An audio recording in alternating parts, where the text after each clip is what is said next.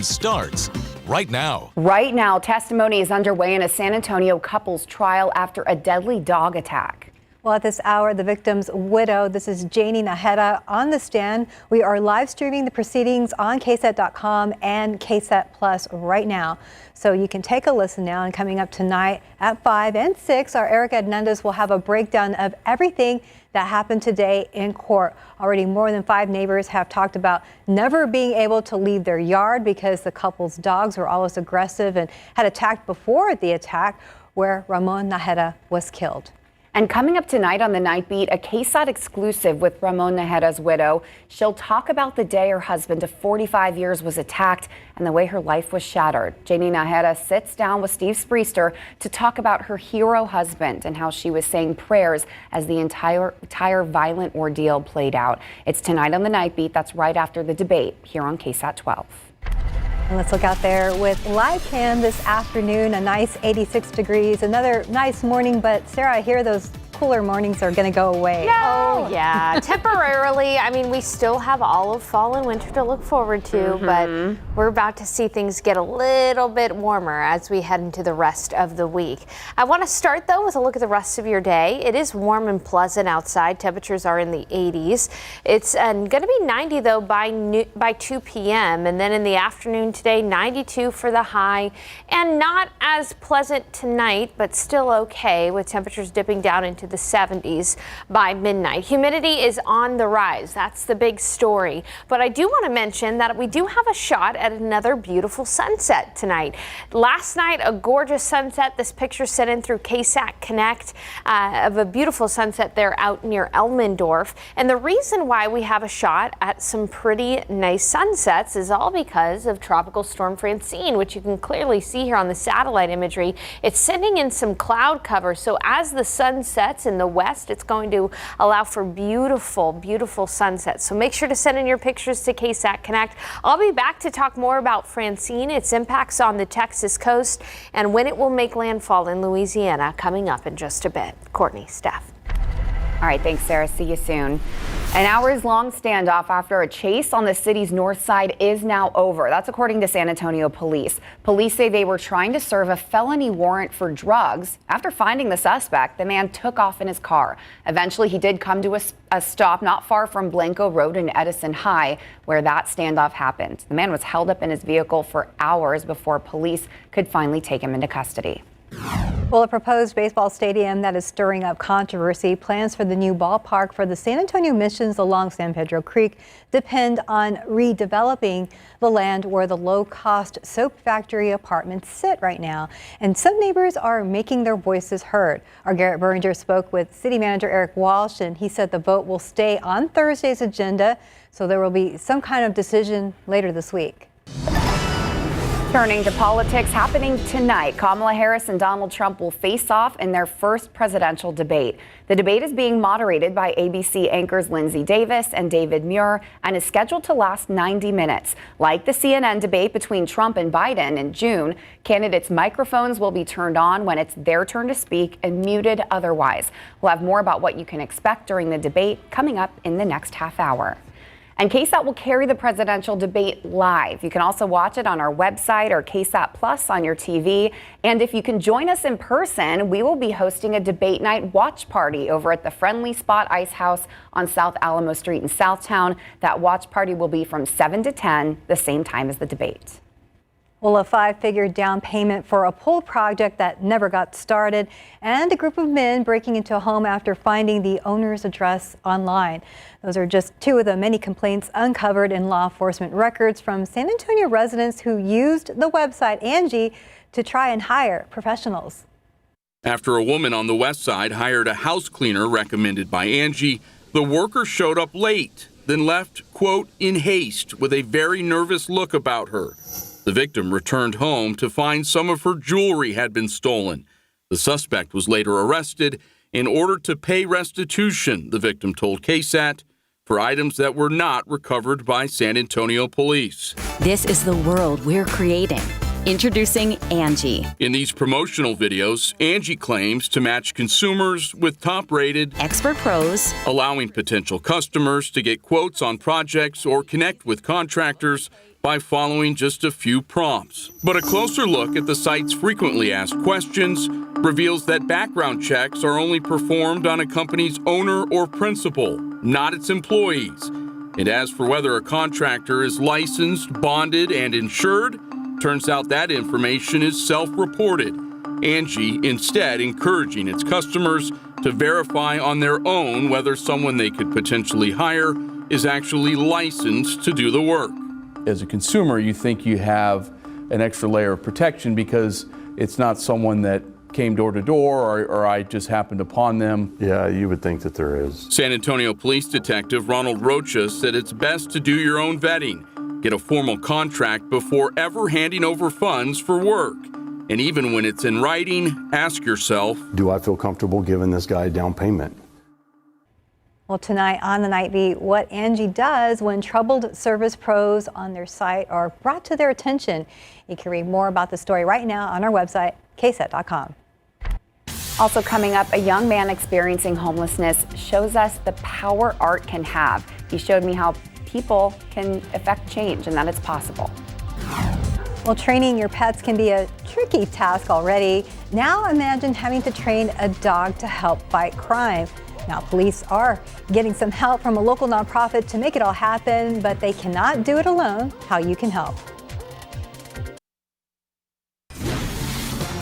Well, whether they are hunting down a dangerous suspect or looking for a missing person, canine units save lives. Yeah, officers say training these dogs is a lifelong, sometimes difficult process. That's why a nonprofit in town steps in to help. Right now, Devin Karp joins us in the studio with how that benefits the canines, their handlers, and the city itself. Devin. Yeah, good afternoon, guys. Now, this training goes far beyond your typical commands like sit and stay. These dogs are learning to work with their handlers and the SWAT team. One SAPD officer I spoke with say this training is all about safety, not only for the police and their canines, but for those they protect and serve. This is Baka, a 3-year-old Belgian Malinois that Officer Travis Reich says is one of the most energetic dogs he's worked with. He's also a natural hunter, something that serves him well in his job. I grew up with hunting dogs, so to be able to bring them over into the police profession, go out and find the bad guys, find the drugs, the things that we wouldn't be able to locate without, has just been absolutely amazing. He's here with 11 other canine officers and 6 SWAT team members for specialized training from Spike's Canine Fund, which goes all over the country training hundreds of dogs in departments, all for free. It's a continual learning experience, and you're only as good as your last deployment. Stoops, a 20-year veteran police officer and senior trainer for military dogs in Iraq and Afghanistan, is working with these officers in a tactical integration course, going beyond normal training and focusing on extreme situations. We pick a dog just like we'd pick a good policeman: open, good work ethic, and courage. And when we get that dog, then we marry these tactics up so we can use the dog as a location tool. Biting plays a very small part of what a police dog does. It locates and it dominates the adversary. Officer Reich thinks prioritizing this training is proactive and key to keeping people safe. The biggest thing is safety, not only safety for the officers, but safety for the people that we're looking for. The dogs can go in and they're going to locate these guys, and then at that point we can figure out how to properly and safely take them into custody. He's happy to work and learn every day with Baka, both for the protection of his community and so everyone can see the work they do in a new light. When they see us out there, I think it brings a little sense of humanity, you know, that policemen, we're not these big bad men that are out there to hurt people, but we have these dogs that one, they are friendly looking dogs, but also they're there to do a task. Yeah, talk about focus, right? Now, Spike's Canine Fund, they don't just train police dogs, they also provide them with custom ballistic vests that are embroidered and fit just for their needs. The nonprofit says they have police dogs in our area who are on a waiting list to receive their vest. And if you want to learn more about how you can help, we've got information up on KSAT.com. Well, much in need, so even on a wait list for the vest as well. Oh, yeah, look, I thought I could get focused when I work, but I got nothing against these dogs. They are in. Yeah, it's forever. Yes, they work on this lifelong, like you said earlier. It's really great. Never stop learning. It's their job. Thank you, Devin. Let's look out there with live cam this afternoon. Yeah, 86 degrees is really pretty. I'll take that. It's nice. It's definitely warmer than it was this time yesterday, so you can kind of feel that things are starting to change a little bit. No major changes in the aquifer. It continues to go down half a foot in the past 24 hours. A little bit of a different pollen count today. Fall elm kind of leads the pack. It's high. Molds have fallen into the moderate category, and ragweed is low. It's 86 outside. Winds are gusting from the north up to 20. Humidity is still pleasantly low, but that's about to change. It'll be back in a big way tomorrow morning. You'll definitely notice it. Temperatures in the mid-90s. I want to talk about the heat index in the next couple of days too. And of course, I want to talk about Tropical Storm Francine becoming a hurricane soon and the coastal impacts to Texas and Louisiana coming up.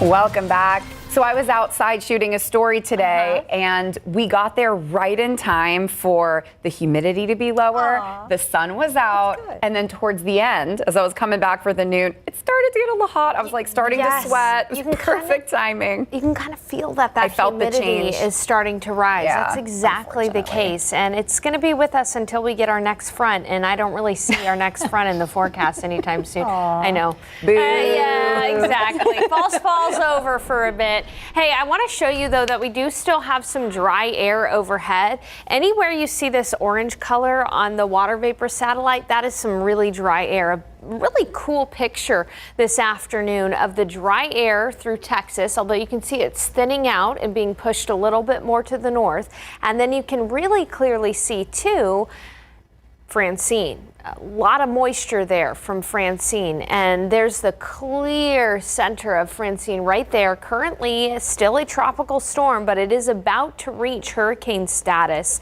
here within the next couple of hours. So we're going to keep an eye on Francine. You can see that we've got some rain from Corpus Christi down to the valley from Francine, but Francine is really going to be a storm mainly for Louisiana.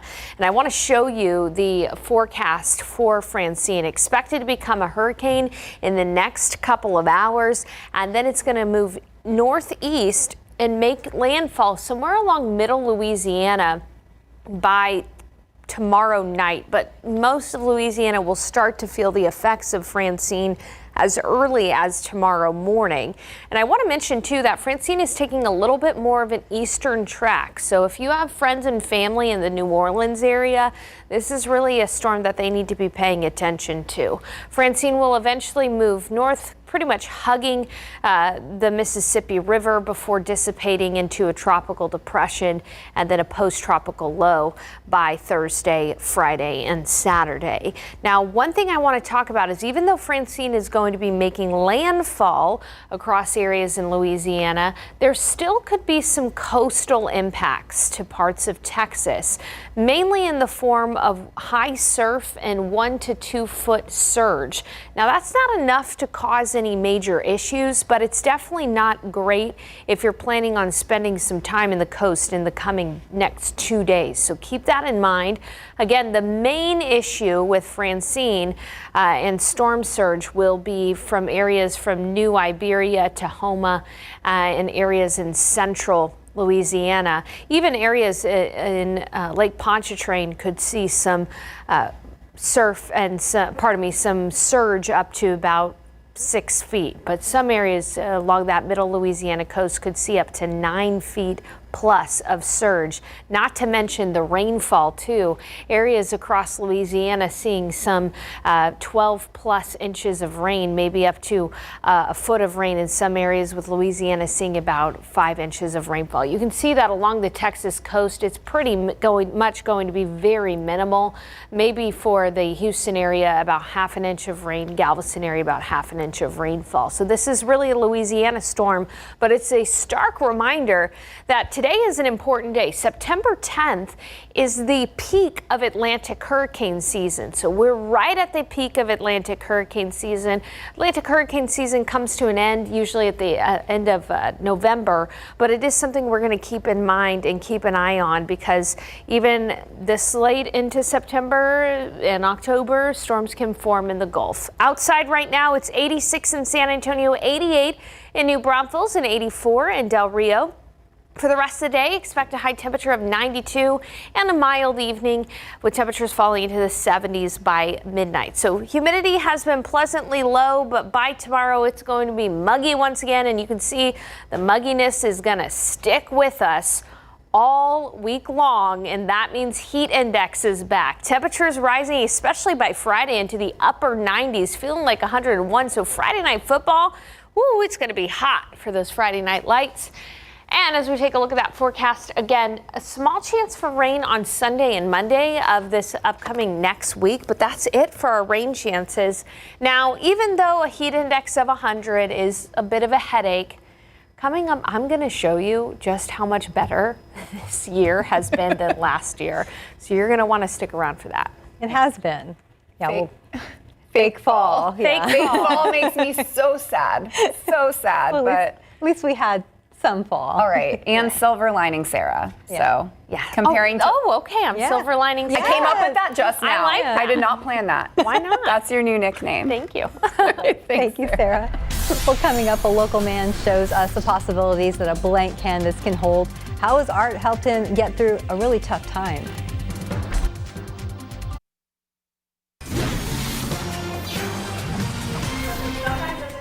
We go out on assignments and come back with a story we just didn't expect. Photojournalist Adam Barraza and I were at Haven for Hope weeks ago doing a story on their new youth program. It was very exciting, and while we were there, we noticed some beautiful artwork all around their common room and found out that the artist was one of their young clients. So we went back there, and 23-year-old Suman Bynes Karki brought some blank canvases and taught me how to paint. As we talked and painted, he opened up about his difficulties and how his art gets him through it. Here's part of our conversation.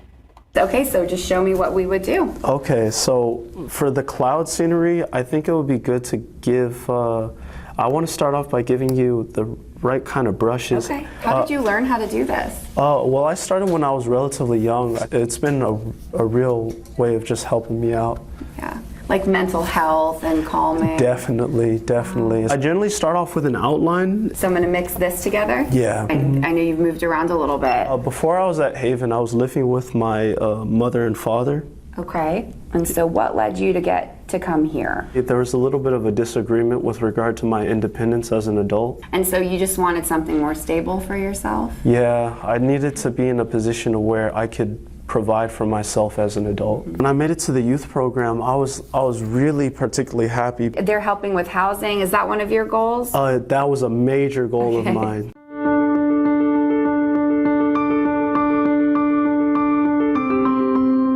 So is this the horizon? Yes, Okay. so the horizon is going to be the bottom of the page. For the next step, I think it would be beneficial. So that actually looks amazing. Oh my God, really? Yes. Thank you. I would add little, like I guess you can say almost dots. Okay. Getting at Haven, are there certain programs that you're feeling connected to as well? Yes, I'm really enjoying the therapy appointment that I'm having right at this point. Are they getting you ready for careers? I'm very excited. Ready to Work has helped me in a lot of ways. Okay. It's basically covering my entire 2-year education. So one thing I would like to do for the background is just a bright yellow. Okay. And we're just going to paint around the clouds. Okay. I went rogue on a color. Is that good? Yeah, that's fine. That's fine. Being homeless or experiencing homelessness, what kind of emotions used to come up with that? I would say sorrow, a lot of sorrow. I would say a lot of sorrow because in the beginning when I was first here, I felt like I was in a position where I was, like the world itself was against me. Where did you find that attitude switch? What do you think happened where you went from sorrow to this is fate? That happened like instantaneously. Really? It was like, Wow.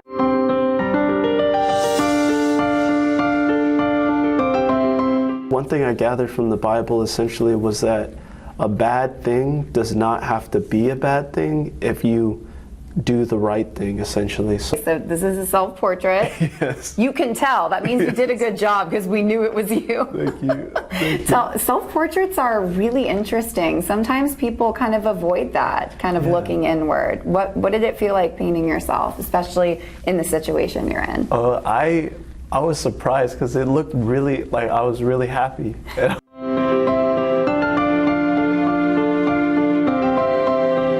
So if I'm getting green on this, I should wipe it off and get more white, right? Most likely, Okay. yeah. All right. Okay. Yours came out amazing. Oh, thank you. I think it was really good. I'm so impressed. Wow. Thank you so much for this. This has just been getting to hear your story, but also learning this. This is something I'm going to take away. So thank you. Ma'am. It was such an honor to meet Suman and really learn from him, as I said. And you can watch much more of our conversation online right now. He had so many wonderful things to say that we put the whole conversation up on KSAT.com and our KSAT YouTube page. Well, I love the artwork from both of you. Oh, thank you. But that's really cool how you were able to meet Suman. And I must say, just from listening from him, he's wise beyond his years. Yes, I got to say that multiple times. You'll hear in the full conversation. I was so impressed with him. And for him to be able at 23 to take his circumstances, turn them into positivity, and it's really something we can all learn regardless of whether you're experiencing homelessness. We all have things we're going through. So yeah, I'm just really grateful to have stumbled across his story, and we will be following up with Suman throughout his journey. I know a lot of the viewers have made sure that we're going to do that. So thank you for sending in that love for him, and we'll let you know how his journey unfolds. Yeah, we're glad to hear from Suman, and we're glad that you did the story. Yes, thank you. Thank you. Well, in just a few hours, Kamala Harris and Donald Trump face off in a presidential debate. Coming up in the next half hour, CNN's Lee Waldman joins us live with what you can expect from the candidates tonight.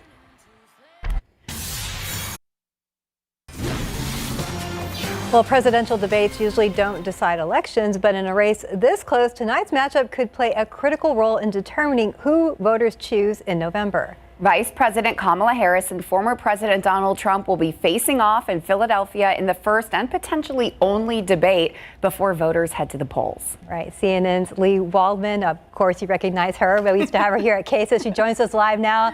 And Lee, how are both of these candidates and their teams approaching tonight's debate?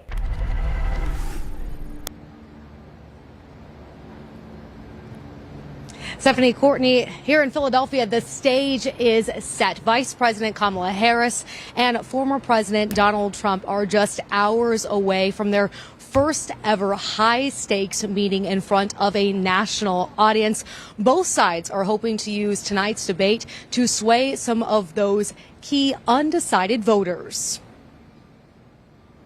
Just over 2 months ago, President Joe Biden, the presumptive Democratic nominee, faced former President Donald Trump on an Atlanta stage. We finally beat Medicare.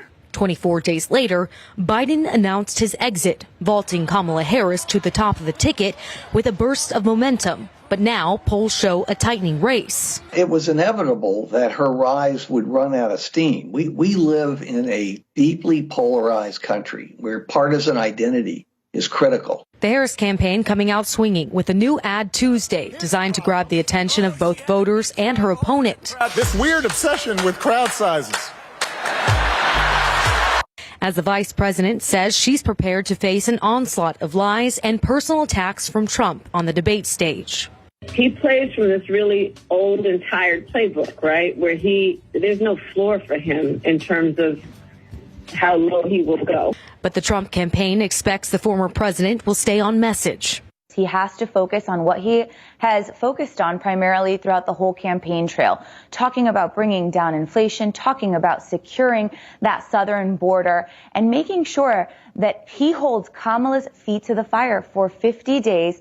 Both looking to sway those undecided voters who hold the keys to victory in November.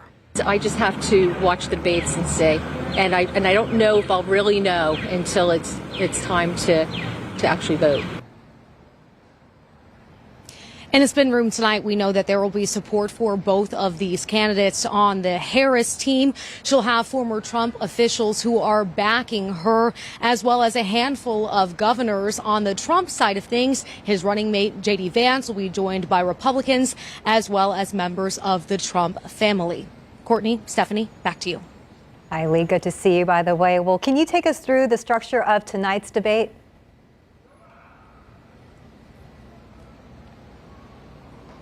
Well, we know that this debate this evening will follow a similar structure to CNN's debate that we saw back in June. It will be a 90-minute debate. Former President Donald Trump, he will have the final word after a virtual coin toss that happened last week. We know that when the candidates are not speaking, their mics will be muted. Now, the candidates will not be able to have any advice from their campaign teams. And while they're on stage, they will not have any access to props or any pre-written notes. Well, Lee, you just mentioned about the microphones. There was a lot of back and forth about that for multiple debate conversations. Why was that decision made, and what is each camp saying about it?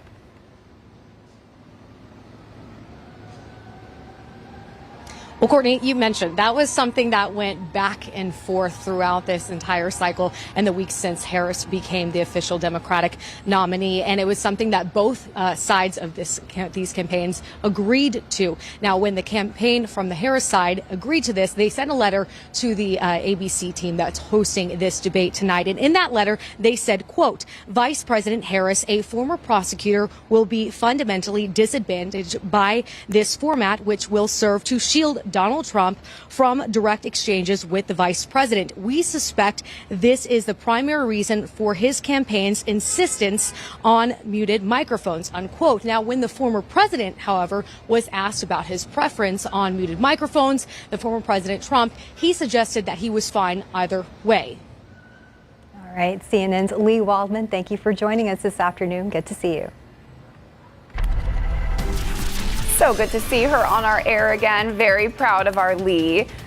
I was proud of our forecast, but that's really deflating right now, Sarah. I got to show you guys some graphics here that are going to be Make impressive. us feel better. Yeah, so remember last year, it was very, very hot. Take a look at your screen. This is a look at temperatures last year since August 25th. We were in the middle of a 17-day temperature streak where the high was above 100 degrees. We even got up to 104 a couple of times. But take a look at how this year has been for us. Temperatures have been much better. In fact, in some cases, 15 degrees cooler than what they were last year. So yes, a much better year for us this year compared to last year, which at least helps us when we think about the fact that it is going to get hot and humid in the coming days, okay? But at least not as bad as last year. High temperature this afternoon of 92 degrees. We're going to be looking at partly cloudy skies. Coming up in the forecast, we'll be talking about Tropical Storm Francine about to become a hurricane and heading toward the Louisiana coast. Details ahead. Thank you, Sarah. Well, making that transition from high school to college or even high school to the working world can sometimes be a little scary for students. So a local mentorship program is proving successful in bridging that gap. How they're looking to continue that success by calling on more mentors to help. Well, for students getting ready to graduate from high school, taking the next step, whether it's college or even the workforce, can be intimidating. So that's where Cass Tech High School's mentorship program comes in. Over the last 7 years, the program has been successful, but they need more mentors to help more students. Well, today we're going to introduce you to a former student from Cass who is in college now and still looks up to her mentor for guidance. I was a biology major. And then after that year, I was like, yeah, maybe this is not the right path for me. So I switched it to early childhood education with a bilingual certification. Kimberly Samuels is now a senior at Texas State University. But just a few years ago, she was a student at Cass Tech High School, and she credits her mentor, Christopher Flores, for her success. The guidance and the support that I had from my mentor was just like amazing. I didn't have too much support at home with exactly everything I wanted to do, so having that extra support was just so helpful. He guided me through so many things in college, even like just applying. Kimberly and Christopher were paired through the Cass Tech Mentorship Program in 2019. And even after the program and after Kimberly graduated from high school, she still reaches out to Christopher. You don't get into these things expecting anything in return. I did get a lot in return from Kim, but you don't go in thinking that. Primarily, I truly believe that if God's given you the ability to do things, you have the responsibility to go exercise. We would talk about getting ready for college. We would do also talking about like career. The CAST mentorship program sets aside time for high school students to meet with their mentors so they can help them prepare for college and their future careers. Societally speaking, you're an adult, right, when you graduate. But I can say even in my late 20s, I didn't feel like an adult. So I think a lot of it, I feel like a lot of it was just these random life things that pop up, and how do I think through them? How do I work through them? How do I make a decision and own it? For better or for worse. Every school, public, private, charter, it doesn't matter. Every employer, every college, every university, I think needs to have a program like this. For Kimberly, she says the program and Chris changed her life. Honestly, I can say I don't know what I would do if I didn't have Chris being with me through this whole process. He's truly changed me as a person as well. And after years of mentoring Kim, Christopher tells us he doesn't see Kim as a mentee anymore. He says they think of each other as family. It's cool watching the partnership between them. Yeah. So special. Yeah. And I think the cool thing is that we all could be mentors. Yes. We have it within us. Yes, and I mean, even in my lifetime, I was thinking back, maybe not an organized mentorship, because that program wasn't around back then, but I did, have a mentor. And after interviewing Chris and Kim, I actually gave them a call. I was like, thank you for everything. That's so special. See, and so many people have a similar story. I love that for you. Yeah, Great this is story. A neat program. And speaking of this program, a quick reminder, we have a KSAT Community Town Hall on the CAST Mentorship Program. That's happening next Thursday. That is September 19th at 2 p.m. and it's on KSAT Plus and any way you stream. Definitely have to get that on the list. All right, taking a look outside with live cam. One great thing, even though the humidity is rising, Sarah, it is blue skies out there. Absolutely, blue skies. I'm going to have a look, though, at Tropical Storm Francine coming up. Welcome back to the news at noon. Even though this morning was not necessarily as cool as the last few mornings, it still felt wonderful outside. We got down to 59 in Kerrville and 64 in Del Rio. It was 70 here in San Antonio, but we had some nice low humidity. But say goodbye to the cool mornings. Take a look at morning lows in the coming days, likely going to be in the mid 70s as soon as Friday. And a reason for that is, of course, the humidity is on the rise. I'm sure you feel it out there. Let's go ahead and take a look at dew points right now in the 60s, but watch what happens. We see humidity return in a big way. Tomorrow morning, those dew points are going to be in the 70s. That is a tropical air mass overhead, feeling a lot like that typical summer humidity. And so as we look ahead to the forecast in the coming days, high temperatures are going to be climbing into the mid to even upper 90s by Friday, but you factor in the humidity, the heat index, it's going to feel like it's 100 degrees outside. That's why we call it false fall. It lasts only for a couple of days, and then we're back to kind of status quo here in San Antonio. For the rest of the afternoon, expect a high temperature of 92 degrees and partly cloudy skies this evening. Should be a wonderful sunset. So try to get out and enjoy that sunset. Should be nice as we see some clouds working its way in from the coast. The clouds working their way in because of Tropical Storm Francine. Latest update still shows it as a tropical storm. It's really only got to strengthen a little bit more to become a hurricane, and it's likely going to be becoming a hurricane here soon. It's moving to the northeast at about 10 miles per hour. We've got tropical storm warnings, but mainly in Texas, these are all offshore. So no real major threat to most of the Texas coast all the way up through Galveston. But we do have tropical storm warnings for areas like Beaumont and Port Arthur. But the main area that's going to be affected by Francine is this area that's under this hurricane warning. New Iberia, Houma, central Louisiana, even Lafayette and Baton Rouge as well.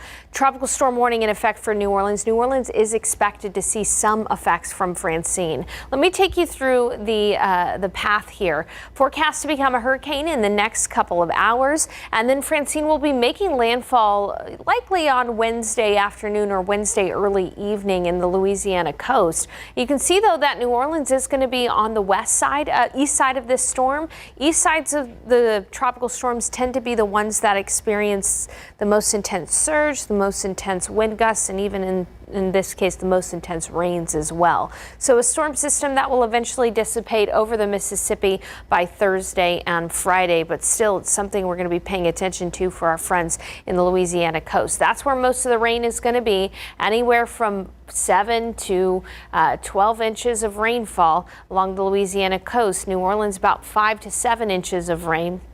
And then notice that along the Texas coast, I mean, we're really not looking at much rain at all from this system. Maybe an inch or so out near Galveston, but take a look at that sharp drop off near San Antonio. Do not expect any rain from this, just humidity returning tomorrow and high temperatures back into the upper 90s. We'll be looking at only isolated rain in the forecast by Sunday and Monday. All right, thanks so much, Sarah. Well, SA Live moved to 10 a.m. yesterday right here on KSAT 12, and they just celebrated their 10-year anniversary last week with some big surprise guests. Yeah, it's pretty impressive. Before that, though, they gave us a look back at some of their funniest SA Live fails from over the years. There were a lot of them. Check it out. We dare you not to laugh out loud.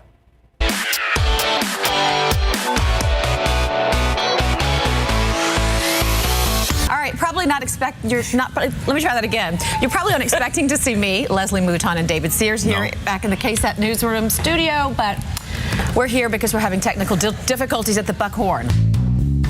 Well, hello. And here we go. Safety first.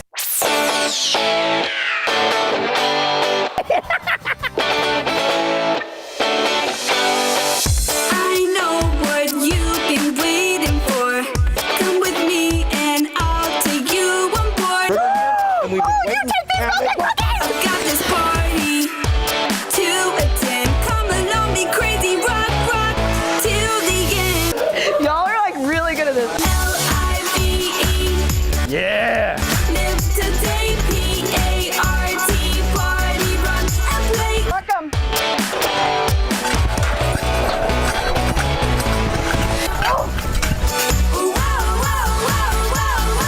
L'amour, amor, amoris. What up? Oh, rubber gloves. L-I-V-E. Live today, P-A-R-T. Party, run and play. L-O-V-E. Love for friends around. Wow. Superstar! Check out the speed on this. Bend it like Beckham. Not unusual to be loved by anyone.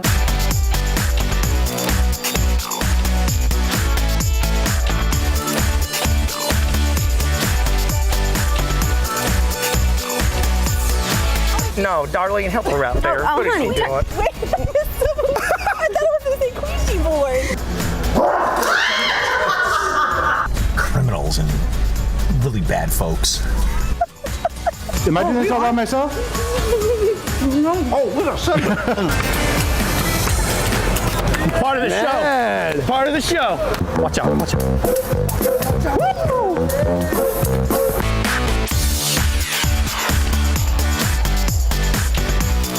I don't know who JoJo plays.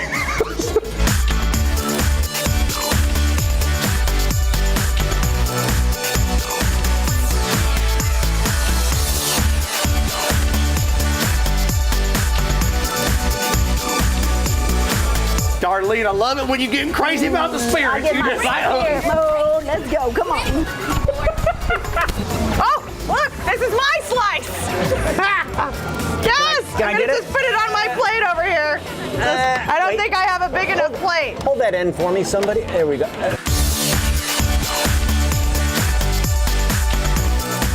Oh man, we laughed out loud that entire. I know. I was like, can you imagine that pizza?